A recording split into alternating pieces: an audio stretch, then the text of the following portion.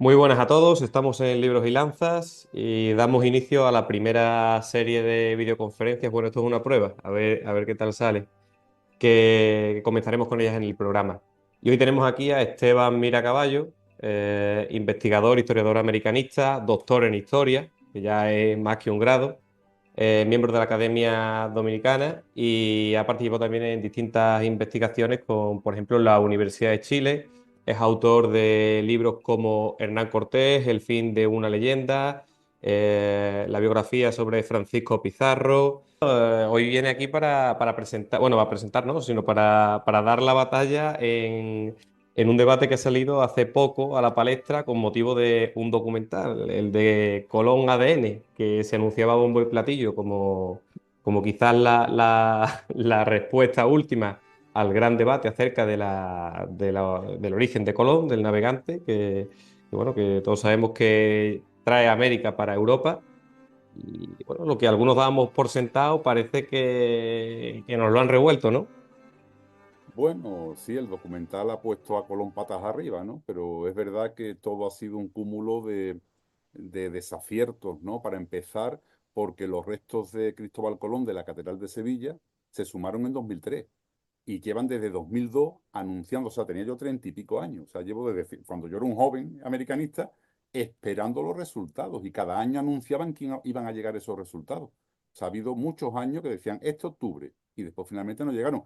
Y cuando han llegado 22 años después, ha sido a través de un documental. O sea, algo que ni siquiera los científicos relacionados con la genética se explican, ¿no? Porque normalmente se suele presentar el informe científico y después sobre eso se divulga. Pero es que no tenemos informe científico, con lo cual quiero empezar diciendo que el documental no tiene validez como prueba científica para nosotros, o sea, como si no, de cara a la historiografía y a la historia, como si no se hubiera emitido, o sea, no tiene valor ninguno. Habrá que esperar a la publicación. Ellos dicen que va a ser en noviembre de este año. Bueno, perdón, en noviembre, pero no sabemos si será de este año o del 2045, porque desde 2021 estaban diciendo que iba a aparecer, desde 2002, y aquí estamos todavía esperando ese informe. Esperemos que se publique. Y una vez que se publique, bueno, pues vamos a ver en qué cosas parecen claras y probadas y qué cosas podemos integrar los historiadores.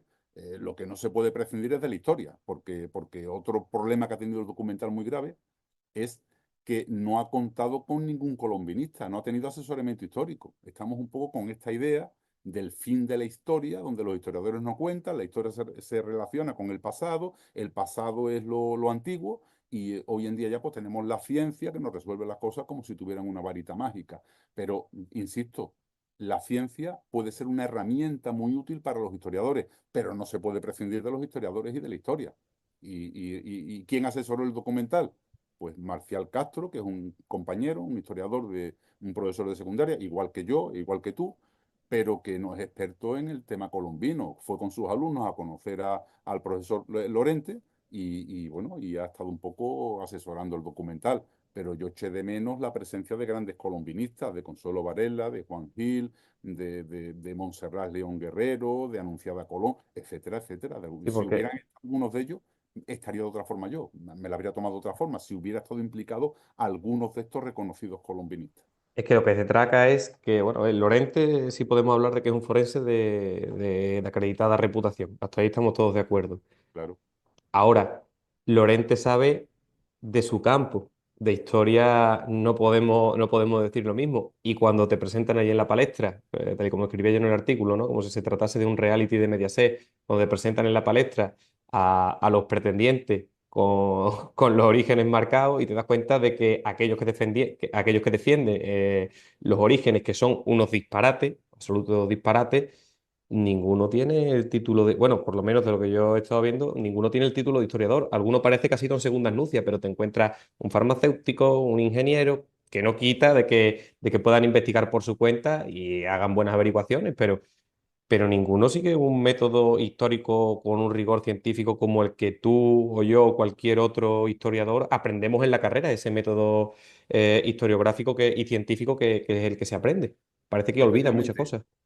ese es uno de los problemas, o sea que yo no cuestiono la profesionalidad del profesor Lorente, o sea que seguramente habrá que esperar a la publicación científica, seguramente aportará cosas interesantes y aportará muchos datos interesantes, pero uno de los fallos, aparte de presentar el trabajo después que el documental, uno de los grandes fallos fue no contar con asesoramiento historiográfico, con buenos colombinistas que los pudieran haber asesorado, y se le notó mucho, porque apenas, o sea, cuando daban el dato del ADN, bien, pero apenas divagaban un poco, ya metían la pata. Cuando decían ya en Génova, bueno, si en Génova no expulsaron a los judíos en el siglo XII, bueno, no estamos entendiendo muy bien qué es esto del gen judío y qué fue esto de la expulsión de los judíos del siglo XII de Génova. O sea, que se le veía que no conocían la verdadera historia de Cristóbal Colón, ¿no? O sea, que podemos hablar a continuación, me imagino, de todo eso, ¿no? Que esto del gen judío y que esto de que ahora resulta que Colón era judío y que bueno, bueno, auténticas barbaridades que apenas entraban en la deducción. O sea que yo doy por hecho que algunos datos que han dado del ADN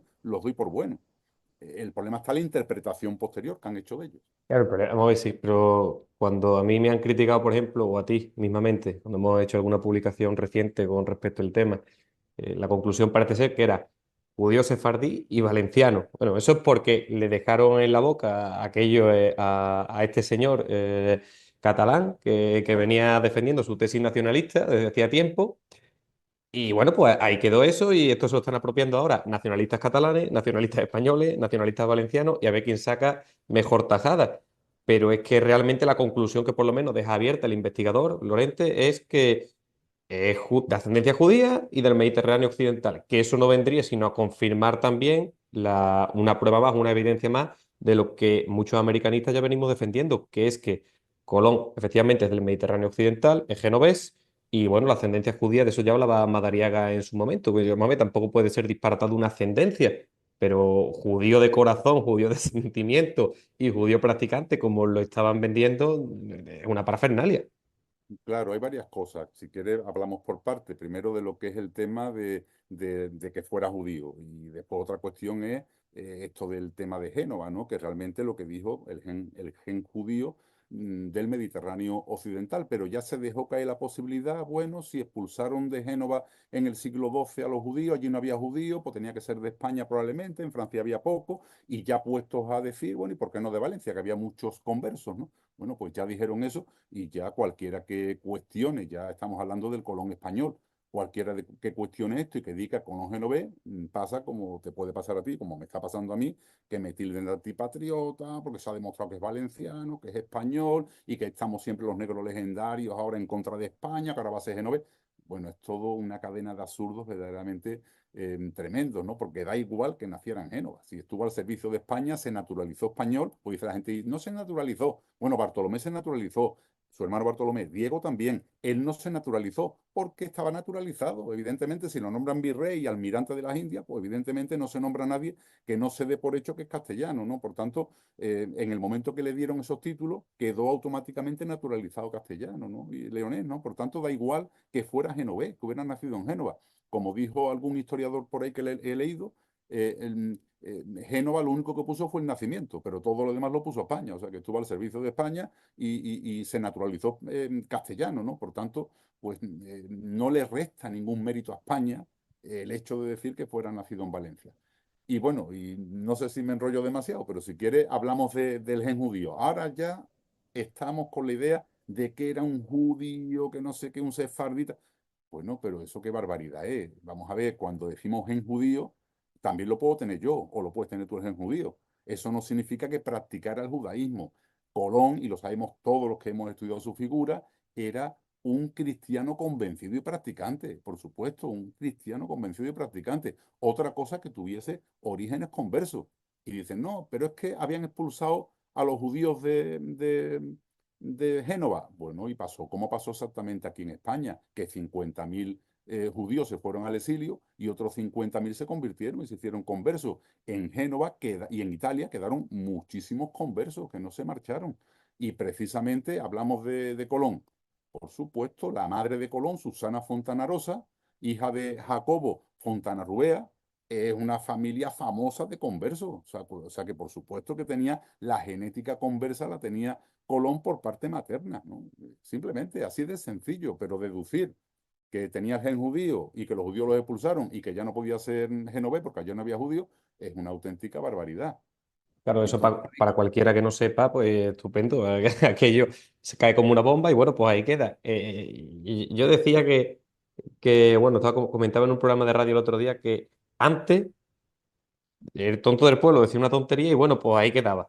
Pero es que el problema es que hoy esta gente tiene altavoz y cae en el pueblo llano. Y la mayoría de personas que tienen la historia como un hobby, pero punto, ya está, ya está. O les mueve el morbo y la curiosidad.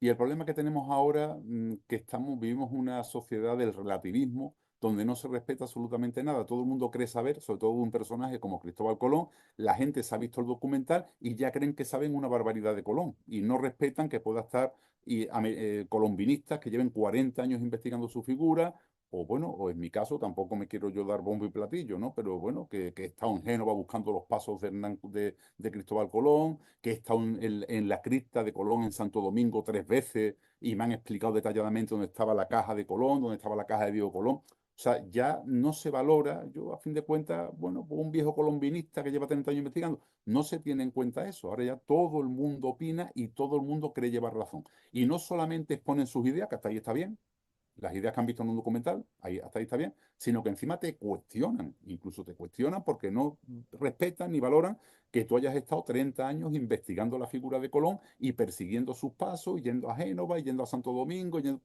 a Valladolid a ver dónde estuvo enterrado inicialmente. En fin, pues así, en esas andamos, ¿no? Y te tienes que enfrentar con personas que piensan que su opinión vale exactamente igual que la tuya. Y no es que quiera uno tener una preeminencia sobre los demás, pero habría que respetar un poco al que lleva 30 años investigando su figura o 40 años, como en el caso de Consuelo Varela o de Juan Gil, que evidentemente no es comparable. Yo me dejaré llevar por lo que puedan decir grandes colombinistas como Anunciada Colón de Carvajal, como Montserrat León Guerrero, como Consuelo Varela. Si ellos dicen algo, yo lo tendré muy en cuenta, porque son grandes expertos y han dedicado toda su vida a Colón. Y no lo que me puede decir uno que ha visto el documental de Cristóbal Colón, ¿no? Que encima adopta una actitud bastante ofensiva. Y si quieres, entramos ahora a explicarte lo del Colón genovés. Y eso te quería preguntar, ya que estamos rondando toda esta cuestión, ya hemos quitado de en medio lo que yo llamaba las tonterías en el artículo que escribí. El tema judío, el tema sefardista, el hecho de que un converso no pudiera vivir tranquilamente en cualquier país de aquel momento. Pero claro, aquí de la cuestión es el origen genovés. El por qué Esteban Miracaballo o el por qué la historiografía seria o la historiografía americanista seria también cree en esta tesis del origen genovés de Colón. Bueno, la cuestión es que no es que creamos, es que sabemos. O sea, de las pocas cosas, Colón es un personaje muy enigmático, muy complejo, de personalidad muy compleja, pero de las pocas cosas que estamos seguros es de su nacimiento en Génova. Es que hay pocas cosas de las que estemos verdaderamente seguras. Y te voy a dar unas cuantas pistas que yo creo que va a ser suficiente para que el oyente se pueda hacer una idea. Bueno, hay que empezar diciendo que nunca nadie se planteó que no fuese de Génova durante los siglos XVI, XVII y XVIII. O sea, todo el mundo, eso no se cuestionó. Fue a partir del surgimiento de los nacionalismos en el siglo XIX cuando se empezó a cuestionar, empezaron a salir teorías muy diversas, ¿no? Desde 1892 que se publicó La Racolta, ya prácticamente nadie duda, de nuevo, de nadie serio, duda de su nacimiento en Génova. Oye, es que todo el mundo que le conoció dijo que nació en Génova. Sus grandes amigos, Gaspar Gorricio, pero los Bardi, los Doria, grandes amigos de él, todos ellos genoveses. Eh, eh, o sea, todas las personas que convivieron, que lo conocieron, genoveses. El propio Colón, en Génova nací y de allí partí.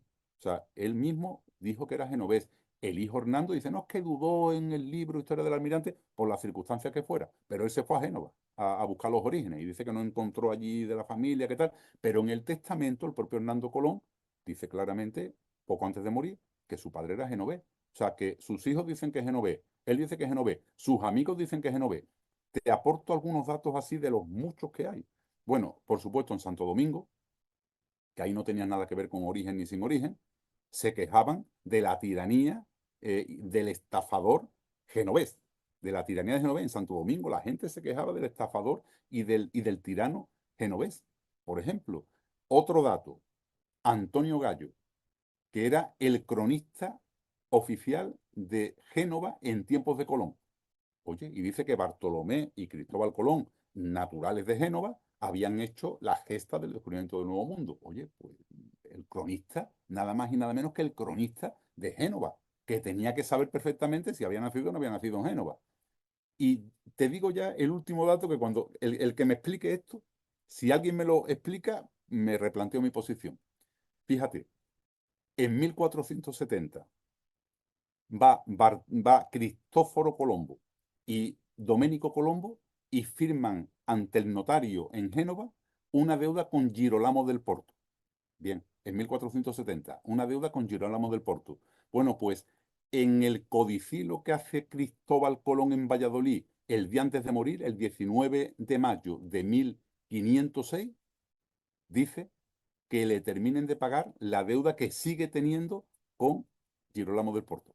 Que me lo expliquen eso. O sea que es obvio que el Cristóbal Colón, que estaba haciendo su codicilo en Valladolid en 1506, es el mismo que Cristóforo Colombo y Doménico Colombo, que estaban ante notario en 1470. ¿Eso cómo se puede explicar? O sea, seguía recordando la deuda que tenía con esa persona en 1470, ¿no? Que había contraído en ese año.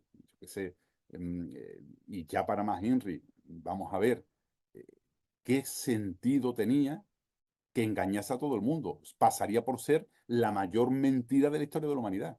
O sea, que engañó a sus hijos, engañó a todos sus amigos. O sea, es absurdo. ¿Y para qué? ¿Para qué? ¿Para qué mintió todo el mundo? ¿Qué sentido tenía? No tenía, que tenía origen converso y que estaba Luis de Santángel, que estaba con la reina y tal, o sea, y con Fernando el Católico. O sea, ¿cuántos conversos había que no tenían problema ninguno, que estaban perfectamente? El cardenal de la Inquisición, Talavera, era otro converso de abuelos judíos, vamos, no de 10 generaciones. O sea que no tenía ningún motivo para mentir y habría engañado a toda la humanidad. Y yo digo, y por cierto, hubo varias décadas de pleitos colombinos y nadie cuestionó ni su nacimiento en Génova, ni le achacó que fuese judío. Nadie, ¿eh? Que eso hay que tenerlo en cuenta también. O sea, nadie. Y tuvo muchos enemigos, ¿eh? en esos pleitos, ¿no? Por tanto, ya digo, las cosas hay que verlas un poco en el contexto, ¿no? Y bueno, y si quieres seguimos analizando algunos datos más sobre que ofreció el documental, como el tema de Diego Colón, el hermano que ya no es hermano y algún dato más, y lo de la Catedral de Sevilla, que eso Antes, lo... antes de eso te quería hacer una pregunta, porque por ejemplo, hay mucha gente que se agarra también a, oye, si era genovés, primero te suelen decir que ¿por qué no hay ninguna carta escrita por él o ningún documento escrito por él en italiano? Bueno, eso te lo explico. Te lo explico porque la gente dice a sus veces. Vamos a ver, él dice en más de una ocasión que salió siendo un niño de Génova, que estuvo en la mar siempre. Y él hablaba 4 idiomas. Él hablaba no el italiano, hablaba el genovés, el dialecto genovés. Hablaba portugués, hablaba castellano y más o menos se entendía el latín. Hablaba 4 idiomas y escribía un castellano portugués, aportuguesado, lleno de portuguesismo, que esto no lo dije, no, pero eran galleguismo, eran catalanismo, no, eran portuguesismo porque eso lo han estudiado grandes lingüistas, entre ellos Ramón Menéndez Pidal, y concluyen que eran portuguesismo. Bueno, pues no tiene nada de extraño, es que la lengua no sale de niño de Génova, habla el genovés, habla el portugués, habla el castellano y se expresa en un idioma, bueno, el castellano, pero mezclado con el portugués. Bueno, y dice Padre de las Casas que hablaba castellano con acento de extranjero. Dice Padre de las Casas, por ejemplo. O sea, yo no veo nada especial en eso, ni nada extraño, ¿no? No veo nada extraño. Salió siendo un niño de Génova, hablaba el genovés, que no el italiano, hablaba el portugués, hablaba el castellano y escribía sus cartas en un castellano plagado de portuguesismo. Pues me parece todo coherente, muy coherente. Un hombre de la mar como era en aquellos tiempos, que estaban más Efectivamente. tiempo entre gente de distintísimas nacionalidades a radicados en un único lugar. Bueno, Efectivamente, era un políglota, él hablaba varios idiomas, ¿no? Y se sentiría más cómodo por lo que sea, pues en el castellano, que seguramente lo aprendió en Portugal, porque ya estaba claro que el mundo ibérico era el epicentro del mundo en esos momentos, con lo cual no tiene nada de particular. Si tú saliste de España con 5 años y te fuiste a Estados Unidos, pues seguramente estarías más cómodo, o saliste con 8 años, estarías más cómodo expresarte en inglés cuando tuvieras 30 o 40, ¿no? Bueno, pues simplemente yo no veo nada tan extraño ni tan misterioso como se quiera sacar todo de quicio en torno a Cristóbal Colón. Bueno, y otra pregunta que comentabas tú en el artículo que escribiste en tu blog, que quizás la exhumación que se hizo de los restos de Diego, el hermano de Cristóbal, quizás no se correspondían con Diego, ¿o por dónde vamos por ahí? Vamos a ver, yo doy por hecho, hay que tener en cuenta que dos hermanos, los hermanos de padre y madre, comparten el ADN mitocondrial, con lo cual debe ser relativamente fácil saber si eran hermanos o no. La conclusión del doctor Lorente es que son parientes en tercer o cuarto grado. Bueno, vamos a dar por hecho que tenga razón, que el estudio esté bien hecho. No tengo por qué cuestionar, aunque estoy a la espera de la publicación del resultado científico, pero bueno, lo vamos a dar por bueno. Pero oye, es que hay una cosa, y da igual, que eso dice eso, pero tenemos una cuestión importante, que ellos se trataron de hermanos toda la vida. O sea, era su hermanísimo, Diego el hermanísimo de Cristóbal, y lo protegió toda su vida. Y el padre, Doménico, lo trató como hijo. Entonces, bueno, pero es que no eran hermanos, eran primos. Bueno, pues una de dos. O era un hijo adoptivo, que pudiera ser, una opción, no sé, me planteo, pero hermanos eran seguros. O era hermano adoptivo, o otra cuestión, que se hayan equivocado de caja. Date cuenta que esa caja nunca tendría validez en un juicio actual, porque no ha habido nada parecido de una cadena de custodia. La caja ha estado rodando por la Cartuja durante 40 años, que la usaban incluso, la salió en el documental, incluso de alzador para coger cosas en alto, utilizaban como un escalón. O sea, ¿quién me garantiza a mí que esa caja que no tiene inscripción es la caja de Diego Colón? Yo sospecho, y para mí es la posibilidad más plausible, que sea Andrea o Juan Antonio Colombo, que eran primos de Colón y que estaban en la Cartuja. De hecho, Juan Antonio Colombo fue el que recibió los restos de Colón en 1509 para enterrarlos en la Cartuja de las Cuevas y estaba por allí. O sea, lo más probable es que tanto Juan Antonio como Andrea, que estaban en Sevilla, se enterrasen en la Cartuja, muy probablemente, ¿no? Entonces yo la sospecha que tengo es que pueda ser los restos de Juan Antonio Colombo o de Andrea Colombo y no los de Diego Colón. Y si solo de Diego Colón, da igual, alguna explicación historiográfica tenemos que buscar, porque tuvieron tratamiento de hermanos, por lo cual eran hermanos sí o sí. Ahora, ¿cómo se explica? Pues habrá que encajar los resultados científicos del doctor Lorente con lo que sabemos historiográficamente. Ahora. No, simplemente eso. Tú también hablabas de un caso parecido, en este caso, que yo creo que tampoco es tan raro, ¿no? En tus libros yo he visto que el caso del supuesto padre de Francisco Pizarro encajaría también en el tratamiento que le da el padre oficial que ha pasado para la historia. Es decir, que había parientes que tenían un tratamiento casi de hermanos, por la cercanía y bueno, como era en aquella época la vida. O sea, efectivamente, pasó exactamente igual con Francisco Pizarro, que en realidad tuvieron tratamiento de hermanos, pero no eran exactamente hermanos, pero se criaron esos niños juntos y tuvieron tratamiento de hermanos y no lo eran. Yo sospecho que no lo eran porque interpreto que en realidad era hijo de un primo hermano del capitán Gonzalo Pizarro, ¿no? Por tanto, es un caso parecido. O sea, que eran hermanos es seguro. Ahora que lo fueran de sangre, pues ya podemos discutir, habrá que esperar los resultados científicos y vamos a ver cómo queda todo eso, si es que se han podido equivocar de caja o es que realmente no eran hermanos de sangre, ¿no? Pero evidentemente esto de que no eran hermanos, por supuesto que eran hermanos, porque es que tuvieron trato de hermanos toda la vida. A mí es que hay algo que me resulta también muy raro del documental, y lo hablaba con David Nieva, que él es de Granada y además conoce bien Lo todo. conoce muy bien, le he visto yo por ahí alguna charla. Sí, Eh, y el mundillo de la Universidad de Granada, y te dice mm, que tiene conocidos que afirman que Lorente ha trabajado ahí y ha trabajado el equipo, pero qué curioso que la mayor parte del equipo ha pedido no aparecer representado en el documental. Es decir, que quizá algo nos quiera decir también todo esto, ¿no?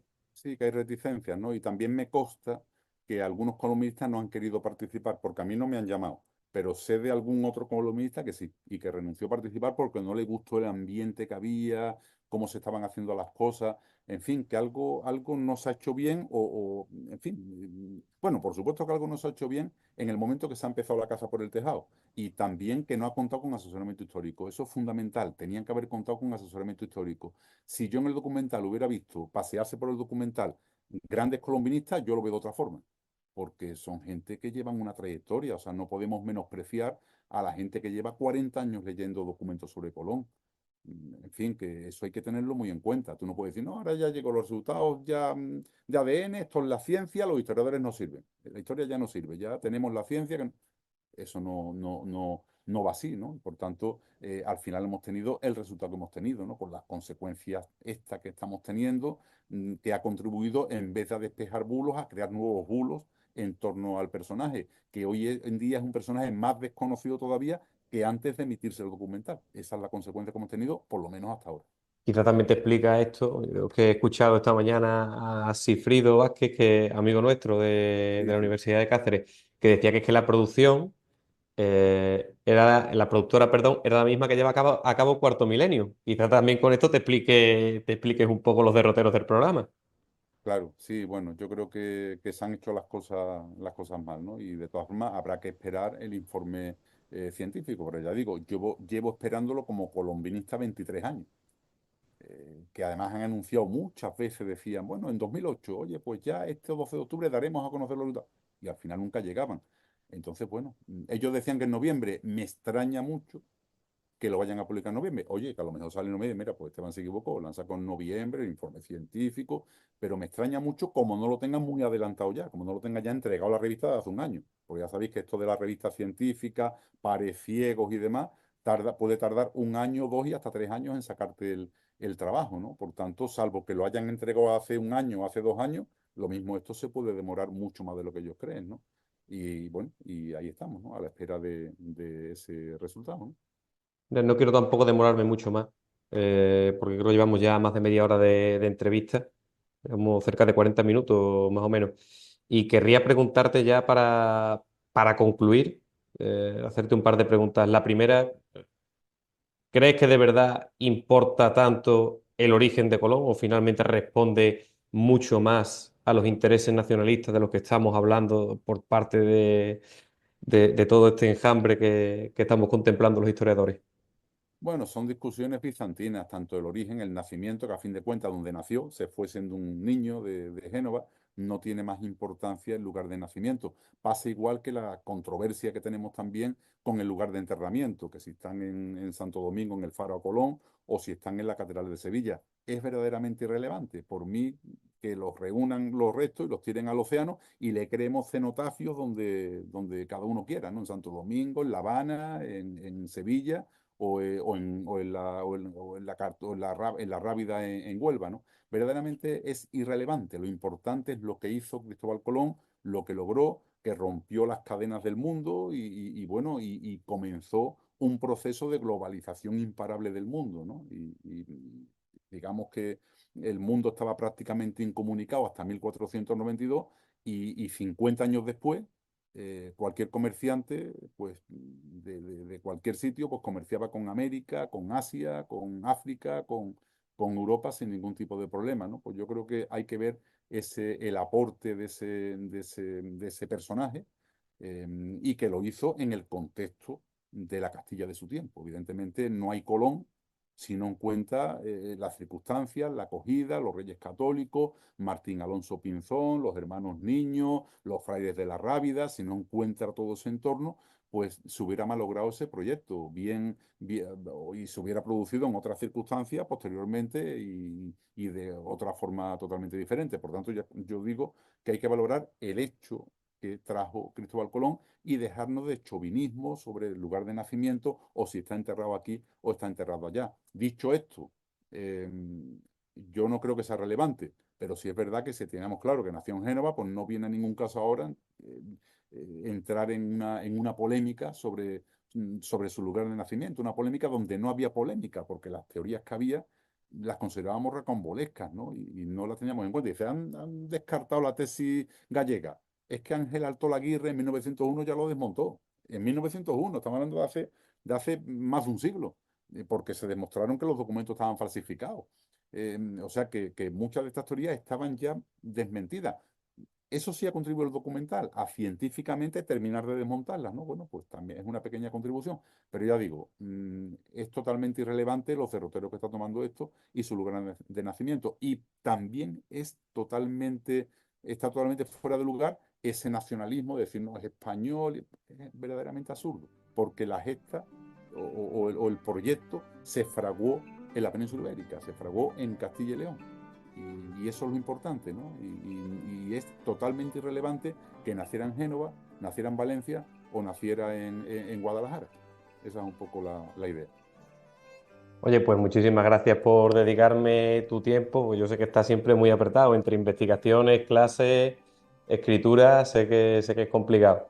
Y nada, darte las gracias por prestarte a esto, por hacer historia, porque para mí esto es hacer historia y divulgación por parte de una historiografía seria. A ti te considero una persona bastante seria, un historiador de referencia, y creo que es importante que esto pueda llegar al resto. Así que quiero darte las gracias. Bueno, he estado muy a gusto y este es el primer programa que has grabado. En adelante haremos algún otro a tu disposición, cuando quieras. Un abrazo, Esteban. Mil gracias. Un abrazo.